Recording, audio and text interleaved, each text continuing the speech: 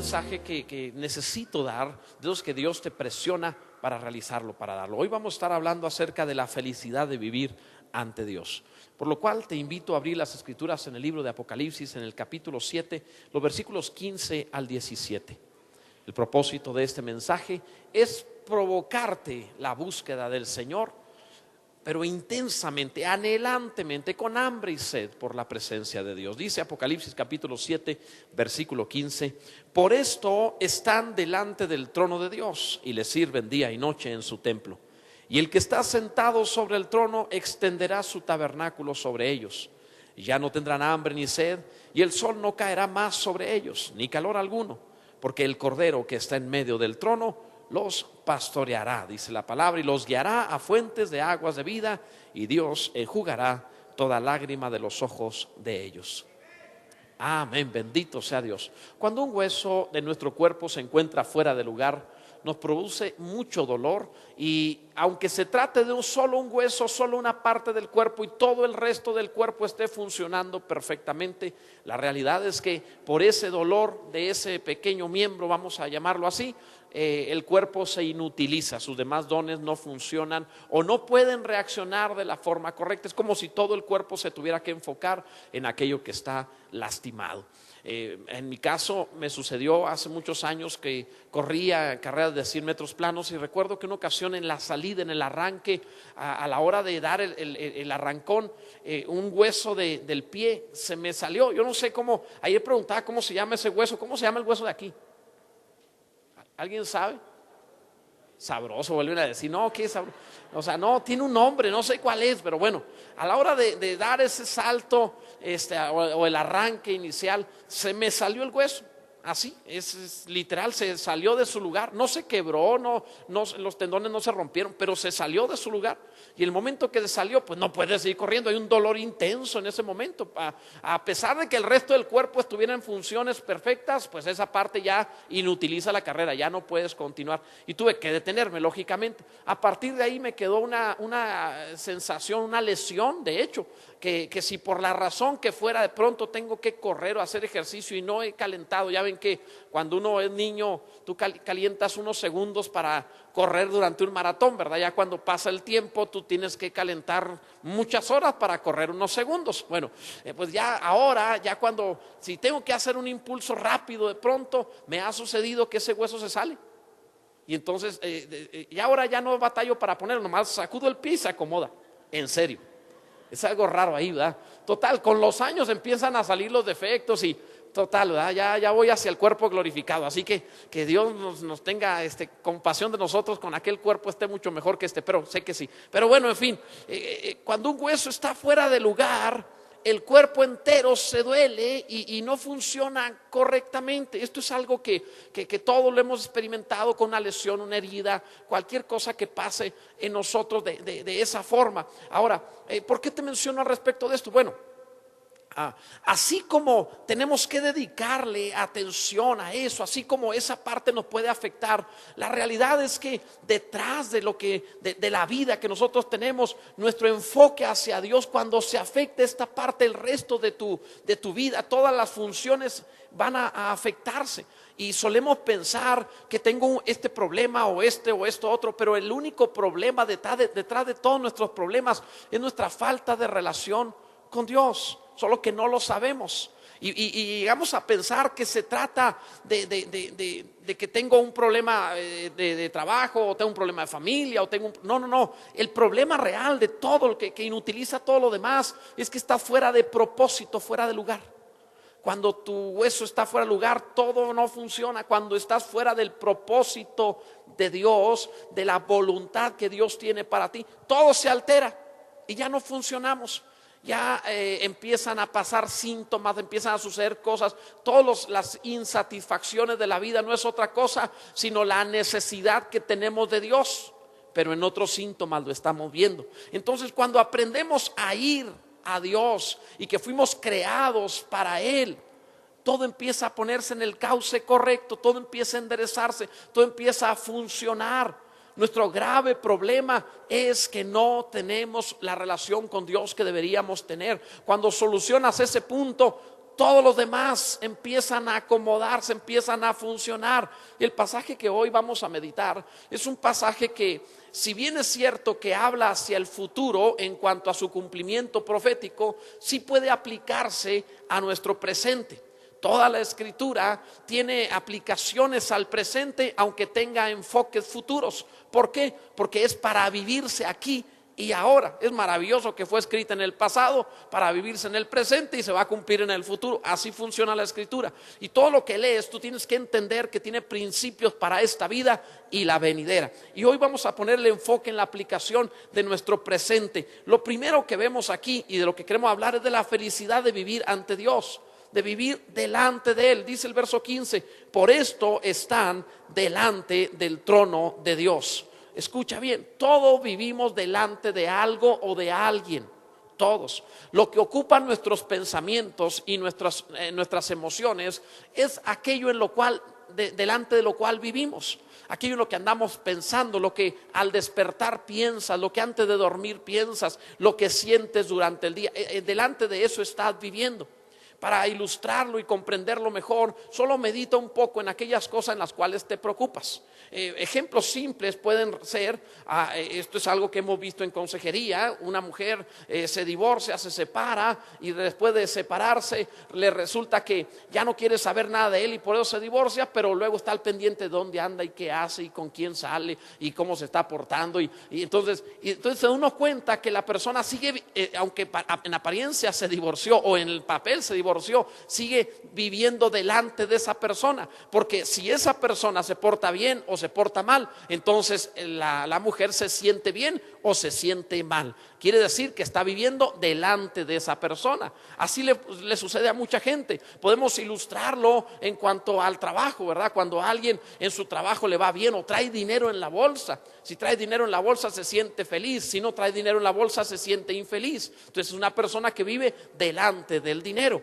y por esa razón pues va a estar cambiante su vida conforme vayan los ciclos de la vida. Habrá tiempo de abundancia y tiempo de escasez, y cuando hay un tiempo de abundancia lo vas a ver bien cristiano, y cuando hay un tiempo de escasez va a querer hasta blasfemar de Dios, porque no es Dios su Dios, sino el dinero es su Dios. Entonces está teniendo cambios, está viviendo delante del dinero. El pasaje nos habla claramente acerca de vivir delante de Dios, pero hay que aclararlo, porque algunos que son cristianos dicen: bueno, ¿por qué yo, que soy cristiano, de todas maneras vivo afligido, preocupado, angustiado? Yo soy cristiano, le he dado mi vida a Cristo y aún así tengo problemas. Hay cristianos con problemas de depresión, que andan angustiados, enojados, que tienen una vida que no es feliz. Y estoy diciendo: bueno, ¿cómo es posible que sea cristiano y viva de esa manera? Bueno, ¿por qué razón? Porque el pasaje no solo dice que vivas delante de Dios, el pasaje dice que viven delante del trono de Dios. No es lo mismo. Vivir delante de Dios es hacer tu voluntad frente a Él, pero vivir delante del trono de Dios es estar sometido a su liderazgo, a su autoridad, a su reino, a su gobierno. Y esto es muy diferente, porque cuando vives haciendo la voluntad de Dios, la bendición de Dios vendrá.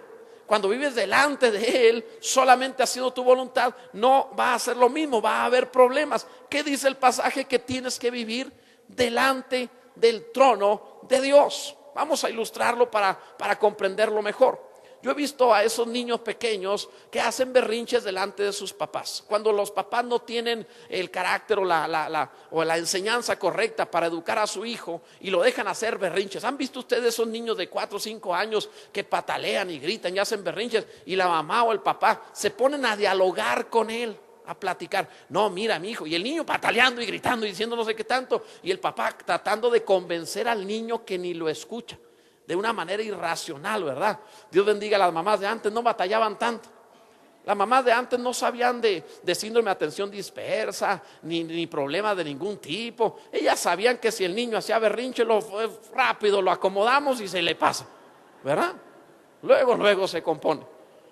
Pero algo pasó. No, tienes que dialogar con él. Entonces, ahí están de igual como, no son iguales, eres su mamá o su papá, pero empiezan a tener problemas, y el niño hace berrinches delante de su padre, delante de su madre, y entonces está haciendo y no es algo agradable. Tener un niño así da vergüenza, ¿verdad? En casa da ganas de esconder un niño así. Y todavía dice, es que me salió muy voluntarioso. No, lo deja ser berrinchudo, que es diferente. No, nomás suéltemelo un rato, verá que se compone luego. Los niños hacían berrinche, no, nada. En la casa había tiranía de mi voluntad y se acabó, ¿verdad? Pero eso funcionaba. Hasta hoy, ya con el mayor que está casado allá en Juárez, un día me dijo, ¿hasta qué edad voy a estar sujeto a ti toda la vida? Vendré con bastón y te dirijo así, no, y te daré con él, ¿verdad? O sea, lo harás la voluntad de Dios, estaré detrás de ti toda la vida. ¿Por qué razón? Porque la palabra lo enseña, nada más por eso. Pero bendito sea Dios, hasta hoy me quieren mucho y ha funcionado. Gracias a Dios, porque su palabra nos enseña esto. Pero un niño puede vivir delante de su padre avergonzándolo y haciendo berrinches. O puede estar sometido a la autoridad de su padre y entonces es contentamiento a su padre. Nuestro Padre Celestial dijo de su Hijo Jesucristo, en Él tengo complacencia. O sea, estoy contento con Él. ¿Por qué? Porque hacía la voluntad del Padre. Pero hay muchos hijos de Dios y me pregunto si de todos los hijos de Dios, Dios pudiera decir, en Él tengo complacencia. No, este es berrinchudo. Ahora, a Dios no le tiembla la mano, a Él sí puede poner rapidito así, ordenar los pasos del hombre, porque la Biblia dice que Él ordena los pasos del hombre. Pero el vivir, dice la Escritura, vivir delante del trono de Dios. ¿Quieres una vida bendecido? La palabra te dice vivir delante del trono de Dios, bajo su autoridad, reconociendo que Él es Rey, reconociendo que es Señor, reconociendo que Él manda, que su voluntad es hecha en el cielo como en la tierra en nuestra vida, que Él es el dueño, que Él es el soberano, que Él mandará sobre todas las cosas. Y cuando vives de esa manera, has abierto el camino hacia la bendición de Dios sobre tu vida. Si guardares mis palabras, si pusieres por obra mis mandamientos, todas estas bendiciones vendrán sobre ti, dice la Escritura. Entonces, vivir delante del trono de Dios. Dice además el pasaje que sirven a Dios. Fíjate, dice, por esto están delante del trono de Dios y le sirven día y noche en su templo. ¿Qué hacen los cristianos delante del trono de Dios? Le sirven. Son gente útil. Ahí la palabra en griego es una palabra que es latris, que se refiere al siervo doméstico, al esclavo encargado en una casa de un amo que tenía una gran casa, el mayordomo esclavo que se encargaba de cuidar todos los asuntos de la casa para el beneficio de su amo. Él procuraba que todos hicieran lo que tenían que realizar y dar satisfacción a los deseos del amo antes de que el amo los pida. O sea, él tenía que conocer, mi amo le gusta esto, él desayuna así, y entonces él tenía que prever el desayuno de su amo como a él le gustaba. Esto es el trabajo de este siervo.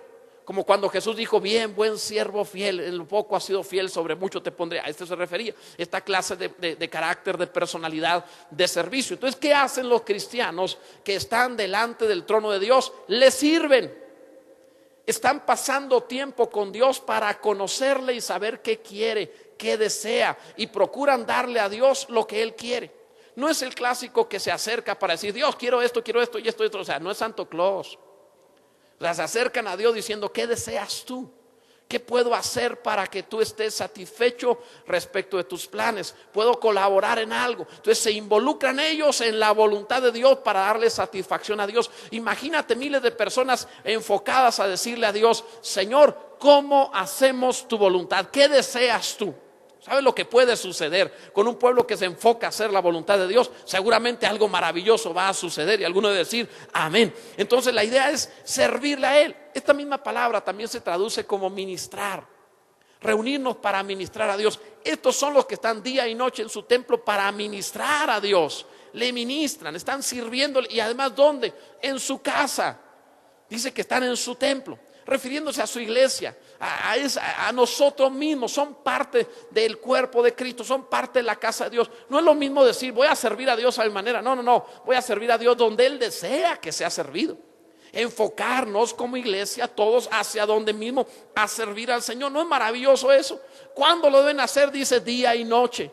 Iglesia, ¿no sientes el fluir del Espíritu Santo impulsándote a organizarte como iglesia y decir, yo puedo ser parte de este mover de Dios y me puedo meter a tal hora, tal día para buscar y orar y adorar a Dios, porque yo sé que Dios nos visitará? Yo sé que el Espíritu que está en nosotros anhelándonos celosamente también está a punto de soplar para realizar una obra más grande, y yo voy a tomar parte en esto. Me voy a involucrar con todo el corazón en oración, en adoración. No se trata de mí, no se se trata de ti, no se trata de un movimiento de una iglesia, se trata de la voluntad del cielo, de Dios mismo queriendo hacer algo y está convocando a su pueblo a tomar parte. Cuando Dios convoca a su pueblo, el pueblo dice amén, ahí estaré. Como una convocación solemne, como algo que no se puede rehuir. Están ahí día y noche, están reunidos sirviéndole, gloria a Dios. Esto es maravilloso, como el tabernáculo de David, ¿verdad? Permanentemente. Iglesia, de verdad, saca tiempo, nos reunimos ahí en haciendas a diferentes horas, hagamos todo un mes de 24 horas buscando a Dios. ¿Sabes lo que puede pasar? Yo quiero presionar, es la voluntad de Dios, pero presionar a que Dios voltee y diga: algo está haciendo esta gente que ha detenido sus gustos, su comodidad, y se ha enfocado a buscar mi gloria y mi comodidad. Y cuando hagamos un ambiente de cielo, el reino de los cielos se manifiesta. Es maravilloso. Alguien bendiga a Dios con todo su corazón. De eso estamos hablando. Vaya que es importante. Mira, los latinos estamos acostumbrados a hacer fila en todas las cosas, a hacer cola en todos lados, ¿verdad que sí? O sea, tú vas que comprar tortillas, que vas a una tienda, al banco, ¿verdad? No hace mucho me sucedió tener que hacer unos trámites bancarios, fui al banco y bueno, estaban desorganizados. Tomas un numerito, pero el numerito no correspondía con lo que estaba ahí sucediendo. Entonces nos tuvimos que organizar ahí entre los clientes. De pronto empezamos a hablar: bueno, vamos a organizarnos como nadie organiza, vamos a organizarnos todos, usted primero, luego usted. Nosotros nos dimos números y nos dijimos cómo iba el asunto para tener orden. O sea, estamos tan acostumbrados a hacer fila que no tienen que decirnos, solitos la hacemos. O sea, ya es un clásico. A veces tú encuentras una fila, no sabes ni para qué es, pero te formas ahí, llegas y pues quién sabe qué será, pero ya acostumbrados a hacer fila. Ve a la gente, si de pronto hay una fila, prueben eso. Si hay una tienda, la que sea, un Oxxo, piensen algo así, y 4 o 5 personas se paran en la puerta en fila, ahí en la puerta sin entrar, nada más como experimento, vas a ver que llega alguien y cuando los vea no va a entrar, se va a formar. O sea, de automático. Así está hecho a la mente ya de nosotros. O sea, siempre estamos formándonos en todas partes. Nadie pregunta si hace falta ni para qué. Todo el mundo se forma, ¿verdad? Es raro eso. ¿Quién sabe por qué será? Pero cómo quisiera de verdad poderte transmitir por el Espíritu de Dios con la intensidad suficiente la necesidad de Dios de congregarnos hacia Él, hasta el punto de ver una fila de gente buscando a Dios. ¿A qué hora me toca a mí pasar y a orar y estar allí? ¿En qué momento? Quisiera ver gente formada, buscando su lugar, buscando su tiempo para hacer que el cielo descienda, para que la gloria de Dios se manifieste, haciendo fila en la presencia de Dios, haciendo fila para estar en la reunión de Dios. No llegando tarde, no diciendo al final, no diciendo uy, ya que mejor se acabe, no, haciendo fila ahí diciendo yo esperaré, porque no se trata de hombres, se trata de Dios, se trata de Dios, se trata de Dios. No vine a amenizar nada, no vine a acostumbrarme, no vine a pasar un rato, vine a buscar a Dios. Necesito a Dios y no me voy con algo menos que Dios. ¿Alguien entiende esto? Bendiga a Dios y diga que Dios cuente conmigo, cuando convoque yo estaré ahí. Gloria a Dios. ¿Y qué hace Dios? Dice el pasaje: por esto están delante del trono de Dios y le sirven día y noche. Y el que está sentado sobre el trono extenderá su tabernáculo sobre ellos. Habla de poner una cobertura permanentemente. Habla de que Dios te extiende su tienda, su tabernáculo, que tiene una connotación doble. Por un lado es un tabernáculo, una tienda, y por otro lado es un manto. Es decir, habla de su protección y habla de su amor. Es tanto su cobertura. Piensa lo que significa estar bajo la cobertura del Todopoderoso, que Dios te protege personalmente. ¿No dice acaso el Salmo 91: caerán 1000 a tu diestra y caerán a tu lado 1000 y 10,000 a tu diestra, mas a ti no llegará? ¿No dice acaso la Escritura que esto es por habitar bajo la sombra del Altísimo? ¿No dice acaso la Escritura que ahí estás seguro, ahí estás cuidado? Jesús mismo lloró ante Jerusalén diciendo: Jerusalén, Jerusalén, cuántas veces os quise juntar como la gallina junta sus polluelos y no quisisteis. ¿Cuántas veces se tomarán lugares en los púlpitos para predicar y decir: Dios desea tenerte bajo tu cuidado, tenerte bajo su protección, tenerte de una forma tal que no te suceda nada? Te puedes evitar esa enfermedad, ese accidente, esa enemistad, ese problema. Te lo puedes evitar si tan solo vienes bajo la sombra de sus alas. Dios desea darte esa cobertura, pero no te da la cobertura por una oración de 10 segundos. Te da la cobertura si tú vienes a vivir delante del altar de Dios, te sometes a su autoridad. Entonces Dios peleará tus peleas. Entonces Dios buscará a tus enemigos y hará tus batallas. Entonces Dios se encargará de tus bendiciones. Entonces no tendrás que perseguir ni siquiera el bien, pues la Biblia misma dice: el bien y la misericordia te seguirán todos los días de tu vida. La palabra dice, es claro Dios al decir que el bien de Dios, las promesas de Dios te alcanzarán. Qué maravilloso es el Señor. Esto te habla entonces de protección y te habla de un manto, de una cobertura, de una bendición. Qué importante. ¿Se acuerdan cuando eran pequeños y como niños pequeños se escondían debajo de la falda de mamá? ¿No se han fijado los niños que se meten con la mamá y se agarran de la pierna? Ahí va la pobre cargando al niño, que no se suelta, pero ahí están seguros. Ellos se sienten que están bien, que ahí no pasa nada. A veces la mamá mide unos 50, pero el niño cree que ahí él es inmortal, ahí todo va a estar bien, ¿verdad? Que tiemble la tierra. Él está en la pierna de su mamá, que de unos 50 apenas, pero él está feliz. Porque él siente cobertura, siente protección. Es estar debajo de. Qué maravilla cuando aprendemos estos principios y podemos como niños totalmente dependientes agarrarnos de Dios y decir: yo no sé cómo esté la vida afuera, no sé cómo vivan otros, pero yo no quiero esa clase de vida. Yo quiero estar apegado a Dios, yo quiero estar sujeto a Él, no quiero soltarme. Quiero ser como Jacob, que se agarró del ángel del Señor mismo y le dijo: no te soltaré si no me bendices. Yo he predicado en otras ocasiones sobre eso, porque yo no veo a Jacob agarrado del ángel de él así fuerte. Yo no veo así a Jacob. Yo veo que Jacob hizo lo mismo que cuando nació. Cuando nació quería la bendición de primogenitura, inconscientemente se agarró del talón de su hermano. Así fue como nació. Salió Esaú y él agarrado. Yo lo veo que cuando pelea con el ángel no puede. Y el ángel es poderoso, representa a Dios. Pero Jacob, tirado en el piso, está agarrado de un pie y le dice: no te suelto hasta que no me bendigas. El ángel puede arrastrarlo, pero él no se va a soltar. Cuando tú te agarras de Dios, dice: no importa la circunstancia, no importa lo que me pase, no importa aunque me arrastre, no importa lo que esté viviendo, yo de Dios no me suelto. Él me bendecirá, Él me hará bien. Ahí está toda bendición. Y esto es lo que te habla la palabra: extenderé mi tabernáculo sobre ellos. Lo primero es vivir realmente delante del trono de Dios. Lo segundo, cuando tú haces esto, vas a vivir satisfecho, sin hambre ni sed. Promete Dios: ya no tendrán hambre ni sed. Piénsalo. ¿Cuánta hambre tiene el ser humano? Habla del hambre física. El hambre física, dependiendo de la persona, de 50 a 80 toneladas en su vida es lo que come. ¿Te imaginas? Vamos a poner 50 toneladas. ¿Te imaginas?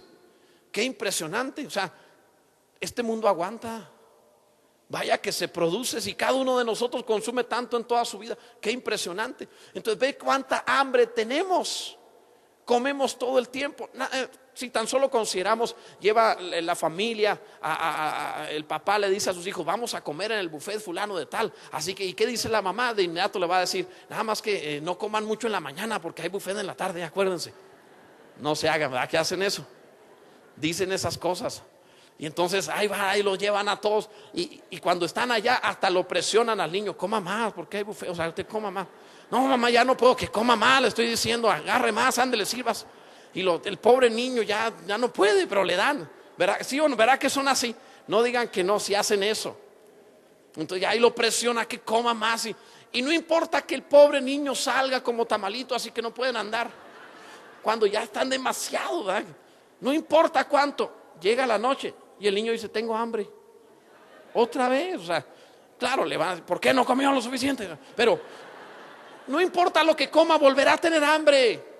Siempre. Jesús dijo: el que bebiera esta agua volverá a tener sed. Siempre el hombre constantemente está con hambre. Pero eso es el hambre física. Podemos hablar de hambre de toda clase de cosas. ¿Cuánto dinero es suficiente? ¿Has visto el que tiene hambre de dinero? Que tiene cuentas que no puede nunca gastar, pero él quiere más y quiere más y quiere más. Y está hambriento de eso. No sabe ni por qué, pero es un hambre que no puede saciar. Hay otros que les pasa lo mismo, ¿verdad? Quieren fama, por ejemplo, se hacen actores o artistas y de pronto son famosos. Quieren salir en todos lados y cuando ya son famosos se ponen lentes oscuros y se disfrazan para que ya no los vean, ¿verdad? Puro cuento, hizo todo para que lo vieran. Pero ¿cuánto es suficiente? Tampoco es suficiente, quiere más. Constantemente el hombre tiene hambre. Y es impresionante que compran algo y quieren otra cosa más. Hermanas, ¿para qué tantos zapatos? ¿Cuál es el objetivo de eso? Con un par de zapatos es suficiente. Cuando asome el dedo, entonces compran otro. O sea, ¿cuál es el propósito de tanto de hambre y hambre y hambre? ¿Verdad que sí? Entonces, el ser humano tiene hambre constantemente. Qué risa les da, ¿verdad? Alguien tiene testimonio por ahí. Bueno, pero no digo que esté mal, no hablo que esté mal eso. Estoy refiriéndome a cómo el ser humano en todas las áreas siempre está insatisfecho. Siempre quiere otro poco más, siempre se esfuerza por un poco más y nunca tendrá suficiente. El que tiene poder quiere más poder. Es impresionante el hambre que tiene el ser humano. Y cuando Dios te habla, esta palabra te dice: si tú vives delante de mi trono, nunca más volverás a tener hambre, nunca más volverás a tener sed, tendrás satisfacción. Por primera vez en tu vida dirás: me siento completo, estoy satisfecho, no necesito nada más, me siento bien. Si algo adicional Dios quiere darme, está bien, estaré contento y daré gracias a Dios, pero no tengo necesidad de ello porque Dios me ha satisfecho, Dios me llenó. Alguien debe decirle: amén, Dios es mi todo, bendito sea Dios. En realidad, hermanos, detrás de cada hambre, detrás de cada insatisfacción, detrás de cada necesidad, no es otra cosa sino la necesidad de Dios. Las necesidades terrenales, la insatisfacción terrenal es solo un síntoma. Tú dices: si mi familia viviera así, yo estaría feliz. No es cierto, ese es un síntoma. Tú dices: si no tuviera deuda, sería feliz. No es cierto, ese es un síntoma. Hay una necesidad detrás de eso que es la verdadera necesidad. Necesitas vivir delante del trono de Dios. Esa es tu necesidad para no volver a tener hambre ni sed. Mientras no vivas delante de su trono, seguirás teniendo hambre, seguirás teniendo sed. Y no importa qué tanto pueda. Hermanos, en serio, ¿tú crees que un ser humano o una cosa de este mundo pudiera realmente satisfacerte? Nada de lo que aquí existe te va a satisfacer. Tú necesitas realmente vivir delante del trono de Dios. Repito, lo demás son síntomas. Piensa, por ejemplo, qué clase de médico sería aquel que cuando viene el paciente y le dice: bueno, mis síntomas es esto, esto y esto otro, le dijera: le voy a dar esto para sus síntomas. La enfermedad pues no le vamos a atender, ni modo, ¿verdad? Que ya si se muere ni modo, pero le va a quitar el síntoma. No, o sea, quiero que me quite el por qué me dan esos síntomas. Yo no estoy buscando solamente sentirme bien, estoy buscando que me quite el problema, si no mañana me volveré a sentir mal. ¿Qué clase de médico sería aquel que cuidara por encima, que solo quitara síntomas? Pero a veces le sucede al cristiano lo mismo y está buscando analgésicos para el alma. Dame una aspirina para el alma, una oración, una palabra de consejo, un momentito de sentirme bien. Solo quiero sentirme bien. No quiero cambiar, no quiero que mi vida mejore. No estoy buscando realmente estar sin hambre ni sed, solo sentirme bien un ratito. Así que, hermano, póngame las manos, ore por mí y ya estaré bien. No es eso. Lo que te estoy predicando no es una aspirina para tu alma. Te estoy predicando la solución a tus problemas. Si tú vives delante de la autoridad, delante del trono de Dios, no volverás a tener hambre ni sed jamás. Escucha lo que estoy diciendo. Puede haber una guerra, puedes estar sin comida, puedes estar desnudo, podrías estar en la cárcel y aún así estarías satisfecho, lleno de Dios, cantando, lleno de alegría y de felicidad, porque Dios ha llenado tu vida. O podrías tenerlo todo y sentirte insatisfecho porque no estás delante de su trono. De eso te hablo. Entonces no atendamos solo el síntoma, vamos realmente a lo profundo. Porque te promete Dios vivir sin hambre ni sed. ¿Y qué dice enseguida además? Y el sol no caerá más sobre ellos, ni calor alguno. Vas a vivir sin cansancio, sin calor. Qué impresionante. Cuando veo cómo vive el mundo, es fácil como cristianos volvernos religiosos y condenar al mundo y decir: el mundo son mundanos y son pecadores y malvados, hijos del diablo, inconversos. Tranquilos, la realidad es que el mundo es así porque es mundo. Entendamos cómo es el mundo. Cuando no tienes el alimento del cielo, te comes lo que sea. ¿Por qué crees que se meten a fiestas y se embrutecen los sentidos con vicios? ¿Por qué crees que necesitan música fuerte y muchas cosas más para tratar de no pensar? ¿Por qué crees que llegan a casa al control remoto a tratar de embotar los sentidos? ¿Por qué crees que hacen estas cosas? ¿Por qué crees que el mundo se porta mal y peca? Porque tiene gran hambre. La presión que ejerce este mundo sobre un ser humano es terrible. No es algo sencillo. Pensemos un momento de la vida del hombre sin Dios, el ser humano común. No pensemos en la satisfacción que Dios da y pensemos solamente en lo que sucede sin esa ayuda divina. Piensa que está complicado. Hermanas, permítanme decirle algo al respecto sobre los hombres. Créeme que cuando él sale a buscar el pan, cada vez le es más difícil. Cuando tenía 20 años conseguía trabajo en todas partes. Ahora vive asustado pensando que va a perder el empleo. Ya cumplió 50 años, ya no le es tan sencillo. Sabe que si pierde el trabajo no habrá más. Así que se aguanta cuando le gritan, se aguanta cuando lo tratan mal y regresa a casa cansado y harto. Y no quiere saber nada de nada. No quiere que le hable de problemas. No quiere que le digas cómo está la situación de los niños. Menos que le digas, ándale, te toca a ti lavar los platos. No, señor. Él viene de una situación muy difícil. No le digas, yo estuve aquí trabajando con los niños. Espera, ¿tú crees que es lo mismo disfrutar a tus hijos al mismo nivel de presión que están en medio del mundo que te maltrata? Allá afuera está bien difícil.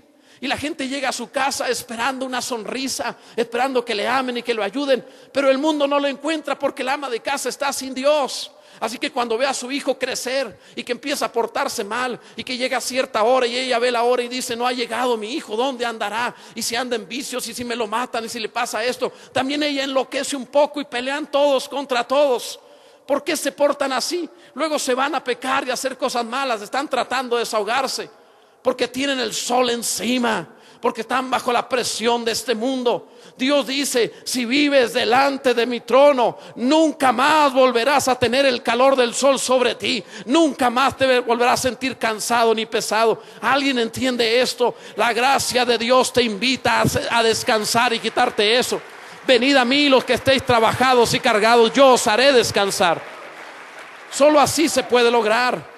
De otra manera es imposible lograrlo. Ya no tendrán hambre ni sed y el sol no caerá más sobre ellos, ni calor alguno, dice la palabra del Señor. Uno de los peligros más graves, una vez estaba viendo un reportaje sobre gente que pasaba inmigrante a los Estados Unidos por el lado del desierto de Arizona. ¿Qué será? El este. Yo no sé mucho de eso, pero por el lado del desierto de Arizona. Y bueno, era gente que, incluso en ese reportaje hubo un tiempo en que el gobierno mexicano les daba bolsitas con agua y comida y algunas cositas. Interesante, ¿verdad? Se ponían ahí como en un maratón y a los que iban entrando les iban dando. O sea, qué raro eso, pero bueno, en fin. El hecho es que entraban al desierto y hay gente que desaparece y se muere, que no lo soportan. Temperaturas entre 48 y 52 grados, a veces hasta 54 grados. En el desierto, no tienes un techo, no tienes dónde meterte. Llega un momento en donde es tan absorbente que la gente cae muerta. No pueden. Así que cuando llegaba un policía de migración y la persona que estaba muriéndose de sed lo veía, él no se escondía, corría hacia el policía. Decía, tú pégame a lo que sea, pero dame agua. O sea, la presión de lo que estaba viviendo le hacía que fuera una bendición ser deportado, porque estaba a punto de morirse. Quiero que comprendas esto, el mundo está viviendo algo semejante. Está constantemente abrazando lo que en otra época le tendría miedo, porque tiene gran calor sobre su espalda. Y está buscando un poco de pecado como ponerse pomada en el alma para tratar de sentirse mejor. Pero la gracia de Dios te dice, ¿por qué tienes que vivir de esa manera? ¿Por qué seguirás día con día, año con año sufriendo y pasándola mal? Cuando Dios te invita, si vives delante de mi trono, nunca más volverás a tener calor, ni el sol estará sobre tu espalda. Tu vida es diferente. Quiero hablarte de este Cristo maravilloso que tomó tu lugar para darte esta gloria. ¿Por qué entonces no creerle y decir, lo voy a probar? Lo voy a probar. Alguien debe decir a Dios, amén. Esto es lo que te está prometiendo el Señor. No volverás a vivir pesado ni cargado. ¿Has sentido, esa enfermedad de moda, el estrés, verdad? No es otra cosa sino llevo mi carga, llevo mis pesos, llevo la presión. ¿Por qué no vivir delante del Señor? ¿Por qué no soltarse en Dios y decir, quiero despertar en la mañana disfrutando el día y decir, gloria a Dios, otro día más? A mí me sucede despertar temprano y no tener que decir otro día más. No, al contrario, es una bendición. Generalmente le gano siempre al despertador porque el despertar es una bendición. Pero no todos les pasa eso. Algunos me dicen, pastor, al despertar digo, ya empezó el día. Y al anochecer digo, ¿por qué tengo que despertar al otro día? Porque están bajo presión. Dios quiere que vengas a su trono, que te sometas a su autoridad. Nunca más sentirás esa presión en tu cuello, esa presión en tus hombros. Nunca más tendrás que vivir bajo ese peso. Él te pone un yugo y una carga fácil de llevar, dice la palabra. Mi yugo es fácil y mi carga es ligera. En Él puedes descansar. Si tú entendieras esto, dirías, yo quiero de esa clase de vida. Y dirías, voy a obedecer a Dios. Y bendecirías al Señor con todo tu corazón. Gloria a Dios. Te habla entonces de vivir bajo su autoridad, en su satisfacción y ser feliz. Ser feliz, dice el pasaje, el verso 17, porque el Cordero que está en medio del trono los pastoreará. ¡Qué maravilla! Buscar el pan, como te decía hace un momento, involucra grandes esfuerzos. Esta carrera loca por cada vez consumir más, por cada día tener más, y no importa qué tanto ganes, siempre hay otra necesidad. Ya conseguí para pagar tal cosa y luego te viene el otro recibo y te dices, ay, más todavía. Es una carrera, una presión constante. Mira, por ejemplo, si hablamos de cualquier rubro, si piensas en los músicos y en lo que producen de música, eso no es una presión. ¿Y ahora qué producimos? Y siempre hay más cosas, ¿verdad? No importa el CD que saquen, ya está fuera de tiempo. En lo que lo empiezan a sacar, para cuando sale, ya está viejo, porque ya a alguien se le ocurrió otra cosa nueva. ¡Qué locura! Es terrible estar bajo la presión permanente. En todas las áreas viven así, a través de grandes esfuerzos. Pero ¿qué dice Dios? Dice que Él puede pastorearte, que Él puede guiarte. ¿Cómo te lo explico? No se trata de la guianza de un guía de turistas malo, mediocre, en una ciudad que no es turística. No sé si les ha pasado eso, cuando el guía de turistas es malo y aparte la ciudad donde está ni siquiera es turística. Y entonces te lleva a la plaza más seca y vacía que exista y te enseña una estatua que no conmemora a nadie significativo. Y te dice, este es fulano de tal. Y tú dices, ¿y? No, pues era un escritor que hubo aquí. O sea, nadie lo conoce, su libro lo compró su mamá, pero pues no hay nada en el pueblo, pues es todo lo que pueden ver, ¿verdad? Entonces no hay historia, no hay nada. Y te llevan de turista a lugares a museos en donde en realidad no hay nada que ver. No sé si alguna vez les pasó en alguna ciudad así. Cuando uno viaja un poco y que va uno a predicar a otras iglesias, no falta el bien intencionado que el pastor le va a dar una vuelta por la ciudad. No se apure, hombre, mejor lo leo. Porque a veces te llevan a lugares, entonces te llevan a un museo en el cual no hay nada que ver en el museo. Y te ponen una pintura tal que tú dices, primero que nada es desconocido el que la hizo. En segundo lugar, es un poco de pintura y eso en 5 minutos se lo hago. O sea, y algunas veces ves cositas que, Dios santo. Entonces te llevan, esto es algo, no es mentira, es algo que me sucedió. Llegas a un museo y luego te dicen, mire, esta es una piedra fósil. ¿De qué? Bueno, ahí hay un animal fósil, tú te asomas y, ¿dónde? Pues ahí, mire, la manchita esa es un mosco fósil. Entonces, pues con mucha imaginación, o sea, es como tirarse a ver las nubes, a ver qué veo, ¿no? O sea, pues una manchita ahí que es, y ese es el mosco. O sea, para mí, cualquier mosco le echo la piedra encima y lo pongo ahí, ya está el mosco ahí.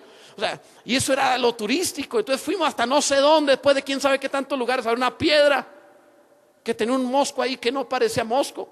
Yo dije, aquí le escupieron, pero pues eso era ya turístico.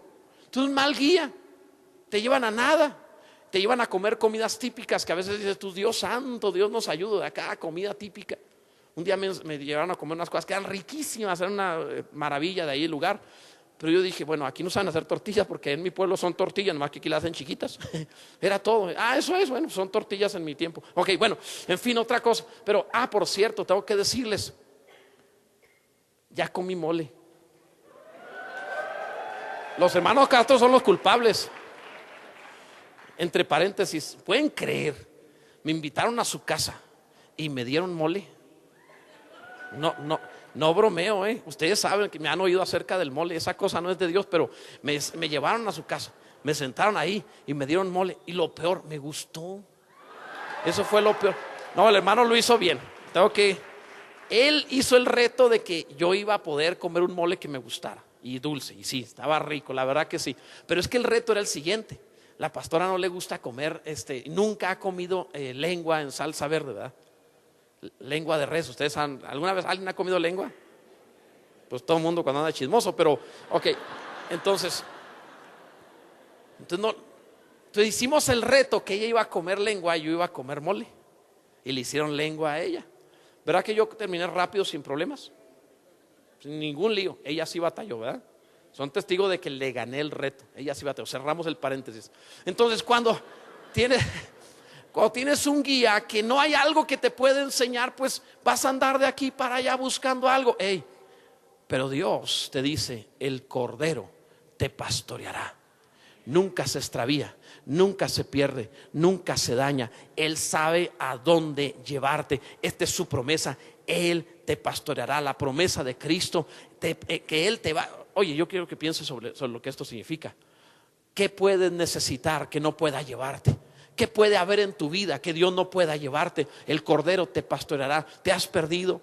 ¿Has estado sin saber a dónde ir, sin saber qué hacer, sin cómo tomar una decisión? Lees la Biblia y dices: no la entiendo, no sé qué decidir. Pero cuando tú vives delante del trono de Dios, el Cordero Él promete, Él da la palabra de que te habrá de guiar a pastos, te habrá de guiar a las aguas nuevas. Bendito sea Dios. Alguien debe bendecir a Cristo y decir: yo quiero esto. Gloria a Dios. Él te guiará. Él te hace feliz. Mira, no te faltará. Cuando vas de compras al supermercado, ¿no se ha notado cuando llevas, las mujeres diligentes llevan una lista para ir al mercado o al supermercado y van después de comer, no van antes de comer? Porque si vas antes de comer, todo se te antoja. No, vas después de comer, ya bien satisfecha. Cuando tu mujer vaya a ir de compras, agarra, no sé, un pan grandecito, se lo das, te aseguras que se lo termine, y luego ya que se vaya de compras, va a comprar menos. En serio, no falla, de veras, va a comprar menos. Sube de peso, pero no va a comprar más. Entonces, pero las mujeres diligentes, hombres también que en ocasiones tienen que ir de compras, llevan una lista y van haciendo un checklist mientras compran, y mientras van comprando, el carrito se va haciendo pesado y la preocupación por pagar más, ¿verdad? Ay, si me irá a alcanzar para esto. Y ahí va buscando y todo. Pero ¿no te has fijado que el niño viene contigo, que los niños no se preocupan? Ellos corren de aquí para allá. Es más, agarran un juguete o algo: cómprame esto, este cereal. Y tú dices: ¿para qué? No, pues que lo vi en la tele, pues nunca lo probó, no importa, es el mono tal, ¿verdad? Y él está feliz. Él no se preocupa. ¿Recuerdan cuando eran niños y que acompañaban a sus padres y no se preocupaban por lo que tenían que comprar? El Cordero te guiará. Vuelve a ser el niño guiado por tu Padre, que no te volverá a faltar. Él tiene que hacer el checklist, Él tiene que medir qué debes pagar y qué no. Él se encargará, Él te guiará. Él sí puede hacerlo. No tendrás que ser otra vez quien está con el peso del carrito, sino el niño que viene a un lado diciendo: mi papá sabe lo que necesito, mi padre sabe lo que requiero, Él me va a ayudar. Nunca más volverás a llenar un altar de lágrimas para orar sobre tus peticiones y necesidades, porque el Dios de gloria sabe qué cosas tenéis necesidad antes que vosotros le pidáis. Él te dará. Cuando Él te guía, no necesitas volver a pedir. Él sabe y te dará. Él podrá satisfacerte. Alguien bendiga a Cristo. Alguien dele gloria a nuestro Dios, porque el Cordero que está en medio del trono los pastoreará. Te va a renovar la vida, porque dice: los guiará a fuentes de aguas de vida. ¡Qué maravilla! Te va a renovar. ¿Quién? El Cordero. Mira, cuando yo leí esto, a mí me bendice mucho leer la Escritura, porque me detengo en cada palabra, y me bendice que dice: el Cordero te guiará. Podía decir: Cristo te va a guiar, y es correcto. Podría decir: el Hijo de Dios te va a guiar, y es correcto. Pero dice: el Cordero te guiará. ¿Saben lo que eso significa? Su guianza es muy diferente. Él no viene diciendo: ven, por acá es. No. Como Cordero abrió el camino. Hebreos dice que su cuerpo abrió el camino. Él nos abrió el camino vivo y nuevo a través de su cuerpo. Como Cordero consiguió el camino que necesitábamos tener. Te lo explico. Si tú necesitabas el camino a la salud, Él como Cordero llevó tu enfermedad. Si tú necesitabas el camino, lo voy a explicar de otra manera, quizá no lo estás entendiendo. Algunos piensan que ser cristiano significa ver a Cristo en los días de su carne e imitarlo. Traía sandalias, entonces debo andar bien pobre yo también. Aunque no entienden qué clase de ropa traía él, porque la Biblia dice que era de un solo tejido. Pero bueno, en fin, algunos batallan para entenderlo y dicen, no, es que él era así. Es que él sufrió y él padeció. Yo tengo que sufrir y padecer también. Ay, vamos a entender esto. ¿Realmente Cristo padeció todo esto para que tú padezcas? No, no es eso.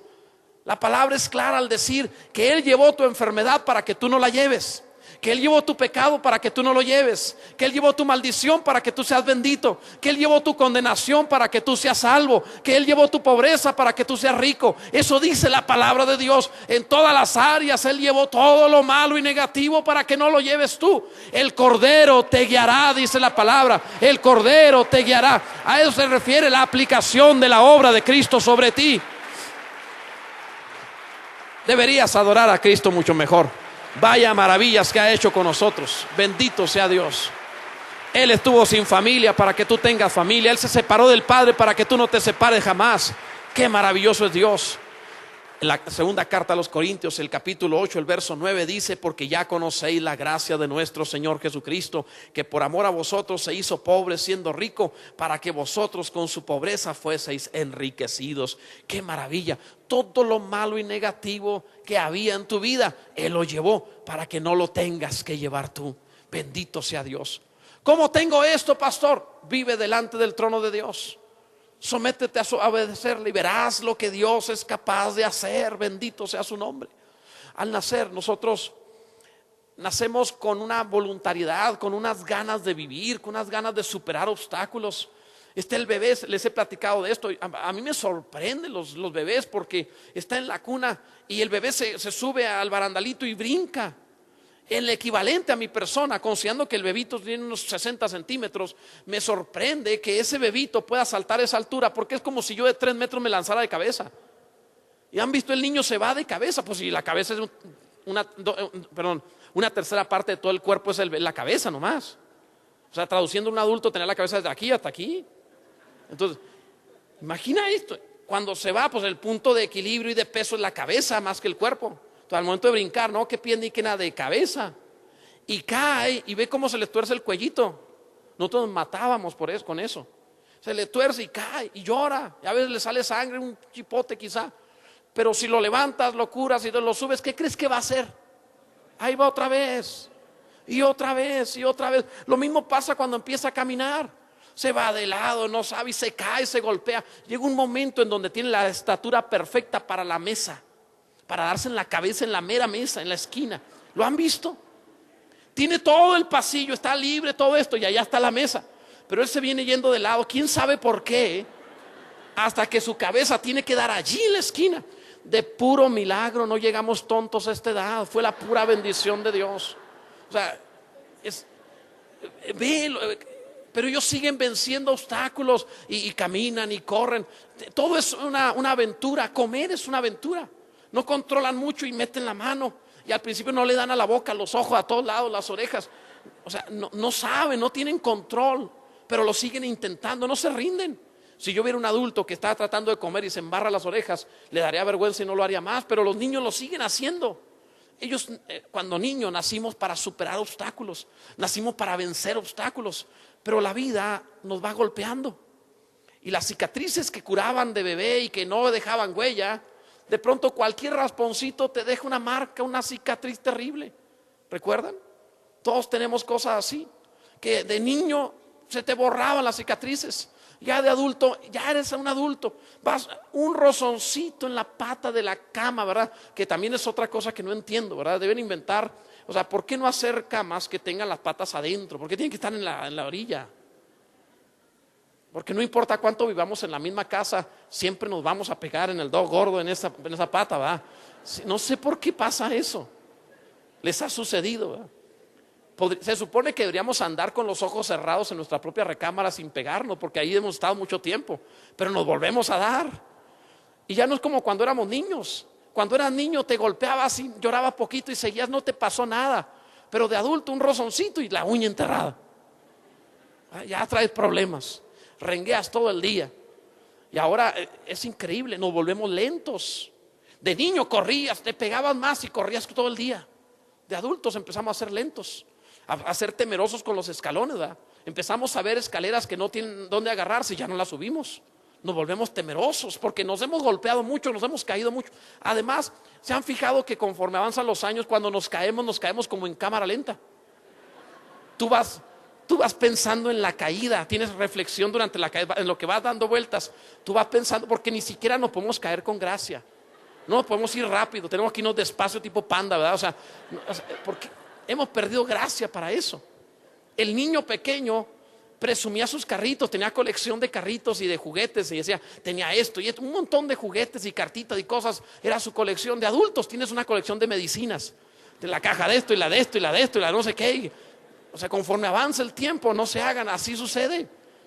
Entonces ya los niños se intercambiaban las tarjetitas, ¿verdad? Tienes a fulano de tal, no, si te la cambio por tal, y lo cambiaban. Los adultos dicen, oye, tienes una medicina, no sé qué, sí, aquí tengo, mira. Y se cambian medicinas. Nos va golpeando la vida, nos vamos volviendo lentos.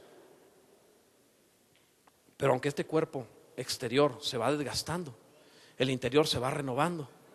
Y no tenemos por qué acabar decrépitos, no tenemos por qué acabar sin fuerza, porque la palabra produce, la palabra de Dios nos da una promesa espectacular que no tiene que ver con la fuerza de los hombres, y es que Dios puede renovarte, guiarte a aguas de vida y darte vida nueva. Mira la palabra de Dios. Abraham tiene 100 años y engendra un hijo, a los 120 y tantos engendró 6 hijos más. Mira la palabra de Dios.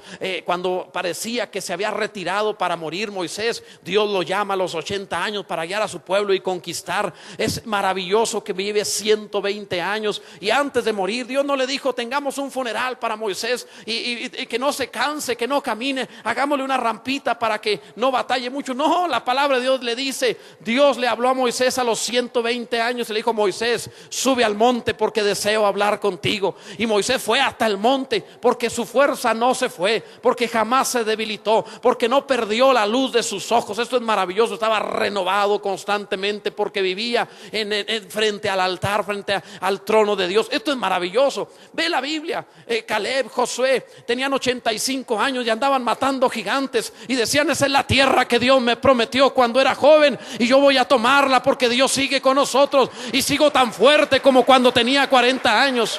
Esto se puede lograr, no es tu fuerza, no es tu poder. Dice la promesa de Dios que el Cordero te guiará a fuentes de aguas vivas. Te puede renovar, te puede renovar. Volverás a ver, volverás a caminar, volverás a moverte, volverás a tener agilidad. Dios puede darte esto. No es natural, es sobrenatural. No tiene que ver con que nosotros podamos. Esto no lo logra ni una buena dieta, ni el ejercicio, ni nada más. Pero el Dios de gloria que está sentado en el trono puede hacer posible cualquier cosa. Esto habla la palabra de Dios. ¿Por qué no hacerlo? El Cordero te guiará. El Cordero te guiará. Y te da una promesa más. Con esto vamos concluyendo. Dice el pasaje, porque el Cordero que está en medio del trono los pastoreará y los guiará a fuentes de aguas de vida, y Dios enjugará toda lágrima de los ojos de ellos. ¿Te imaginas no volver a llorar jamás? Quiero que veas la promesa de Dios. ¿Cuánto has llorado en tu vida? Y no me refiero a las lágrimas bonitas de que la mujer te llevó a ver una película romántica y no te quedó otra más que llorarle, ¿verdad? Ni modo. A veces así sucede. Nos aguantamos, ¿verdad? Pero hay cosas que te hacen llorar. A mí hay algo que me hace llorar y es cuando veo la conversión de alguien. Cuando veo ese duro que decía no, y de pronto Dios lo toca y se derrite. A mí eso me quiebra y me hace llorar, me saca lágrimas. Creo que no hay otra cosa que me saque lágrimas. Una vez uno de mis hijos me levantó una uña, pero no lloré, me aguanté. Puedes creer que estábamos jugando y lo abracé por la espalda y él traía zapatos y yo no, y me dio con el talcón. Me levantó la uña. Entonces yo en serio, yo lo bendije de una manera espiritual. No, sí lo bendije, sí. No quería bendecirlo, pero lo bendije. ¿Quién sabe dónde iba con eso? Pero no volver a llorar jamás. La promesa de Dios es, hay cosas por las que lloramos que son negativas. Dolores, insatisfacciones, frustraciones, amarguras, desamores. Te rompieron el corazón. ¿Cuántas cosas vives en la historia de tu vida? ¿Cuántas veces lloraste? Es cierto, reímos más que lo que lloramos, es verdad. Pero también lloramos. Y hay momentos muy complicados. Y bueno, tampoco vamos a caer en el extremo así como de José Alfredo, ¿verdad? Que se nace llorando, se vive siempre llorando y así llorando se acaba la vida. No estamos hablando de eso. O sea, no vamos a ese extremo, pero sí lloramos mucho en la vida. La promesa de Dios es: enjugaré toda lágrima, no volverás a llorar.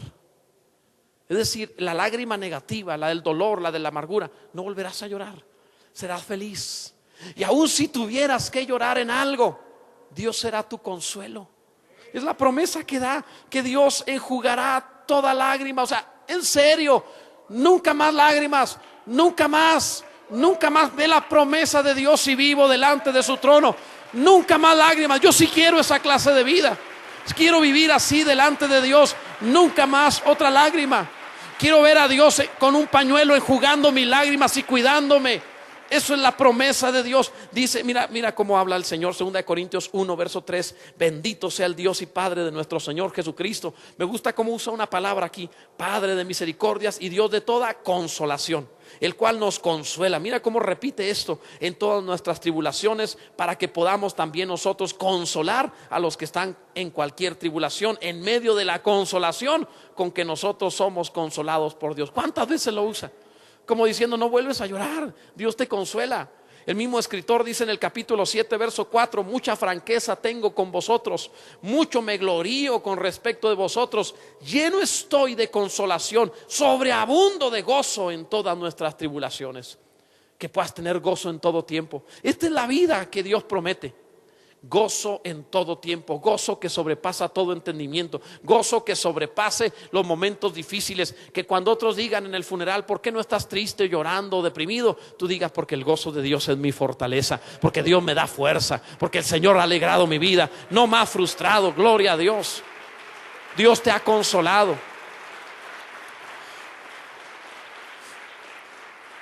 Que cuando llores sea nada más para que te consuele, o sea, porque te haces el llorón. Así como cuando el hombre se resfría. ¿No se han fijado que cuando el hombre se resfría, se siente morir y se va a acostar y quiere que su mamá le lleve caldito de pollo y todo? Su mamá, digo, su esposa, ¿verdad? ¿Se han fijado en eso? ¿Por qué hace eso el hombre? Mira, como hombres, hermanas, como hombres aguantaríamos que nos arrancaran el brazo sin anestesia. Fácil. Pero queremos el caldito de pollo en cama. Por eso nos hacemos como que está terrible, como que no aguantamos nada. O sea, voluntariamente nos chipleamos, pero aguantamos mucho más que eso. Cuando vives delante del trono de Dios, la promesa de Dios es: serás feliz. Y si tuvieras que llorar, tu Padre enjugará toda lágrima. Él te consentirá, Él te consolará. Alguien comprende esto, ¿verdad? Alguien debe decirle a Dios cuán bueno es el Señor. Tengo que terminar. Viviendo delante del trono de Dios, vive satisfecho, vive feliz. Quisiera que leyéramos esta porción en la cual hemos meditado en voz alta y la hagamos nuestra. Apocalipsis capítulo 7, el versículo 15. Y hazla tuya, por favor. Dice Apocalipsis 7:15: por esto están delante del trono de Dios y le sirven día y noche en su templo. Y el que está sentado sobre el trono extenderá su tabernáculo sobre ellos. Ya no tendrán hambre ni sed, y el sol no caerá más sobre ellos, ni calor alguno, porque el Cordero que está en medio del trono los pastoreará y los guiará a fuentes de aguas de vida, y Dios enjugará toda lágrima de los ojos de ellos. ¿Cuál es la promesa? Vivir delante de su trono. ¿No pudiéramos, iglesia, organizarnos para día y noche servirle en su templo? ¿No podríamos como iglesia organizarnos como su casa que somos y decirle al Señor: no va a faltar uno de nosotros que esté cantando, orando, adorando, haciendo algo? Provocaremos el cielo en la tierra. Haremos que sean anticipos de la eternidad, que suceda ahora lo que está reservado para el futuro. Podemos vivir cosas maravillosas. Por eso estoy siendo impulsado a pedirte que realmente te involucres en dedicarle tiempo, para que todos juntos allá en Haciendas, todos juntos dediquemos uno a una hora, otros a otra, pero todos en el mismo propósito, en la misma intención. Dediquemos tiempos. Apaga la televisión, deja un poquito ese tiempo sin hacer nada y ve, por favor, a reunirnos o a dedicar ese tiempo. Que a todas horas haya alguien que mantenga el fuego de Dios encendido, que esté orando, que esté adorando. Tengo una presión en mi alma, positiva y buena, pero una presión en mi alma para convencerte. Te he traído las promesas de Dios diciendo: te conviene, Pero la realidad es que algo mucho mejor que lo que te he predicado vendrá para ti, por cuanto Dios es el que está impulsándonos a hacer esto. Hazlo en el nombre de Jesús. Un instante te cambia la vida. Alguna vez, quizá lo comenté, mi vida empezó a tener resultados extraordinarios y maravillosos desde la adolescencia. En la adolescencia tuve algunas épocas difíciles que fueron una gran oportunidad a mi vida. Hubo días en donde no tuve dónde quedarme a dormir. Y en la iglesia a la que asistía tuve la oportunidad. Una vez que decía, estaba en el culto de un servicio en la noche, estaba yo pensando, y eran como las 9 de la noche, y yo pensaba, ¿cómo le haré para irme? Es muy lejos, tendré que irme a pie. Y aparte, creo que hoy no voy a tener dónde llegar a dormir. Y entonces, mientras pensaba eso, yo tenía, no sé, 12 años de edad. Mientras pensaba eso, que no sabía dónde iba a dormir, se me ocurrió, o fue la gracia de Dios que me hizo pensar, ¿y si me quedo aquí en la iglesia?